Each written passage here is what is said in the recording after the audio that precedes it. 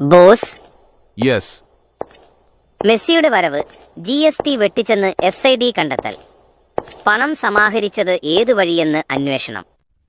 GST പരിധിയിലല്ലെങ്കിൽ EDക്ക് കൈമാറും. Argentina ടീമിനെ കേരളത്തിലെത്തിക്കാമെന്ന പേരിൽ റിപ്പോർട്ടർ ബ്രോഡ്കാസ്റ്റിംഗ് കമ്പനി നടത്തിയ സാമ്പത്തിക ഇടപാടിൽ നികുതി വെട്ടിപ്പ് നടന്നതായി GST വകുപ്പിന്റെ പ്രത്യേക അന്വേഷണ സംഘം ഓഫ് SID പ്രാഥമിക പരിശോധനയിൽ കണ്ടെത്തി.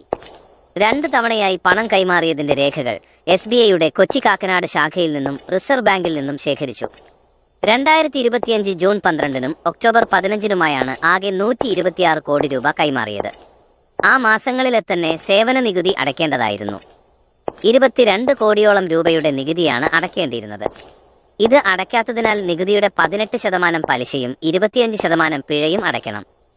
അർജന്റീന ടീം കേരളത്തിലെത്തി കളിക്കാത്തതിനാൽ കമ്പനിക്ക് നികുതി അടച്ച ശേഷം റീഫണ്ട് ആവശ്യപ്പെടാം. എങ്കിലും പലിശയും പിഴയും അടയ്ക്കേണ്ടി വരും. കൈമാറിയ 126 കോടി രൂപ എവിടെ നിന്ന് സമാഹരിച്ചെന്നും SID പരിശോധിക്കും. ആ തുക മഴുകൊണ്ട് മരം മുറിച്ച വകയിൽ കിട്ടി എങ്കിൽ മഴു എടുത്തെറിഞ്ഞ് കേരളമുണ്ടാക്കിയ പരശുരാമനല്ലേ ആദ്യം GST അടയ്ക്കേണ്ടത്? അടയ്ക്കട്ടെ മൂപ്പർ.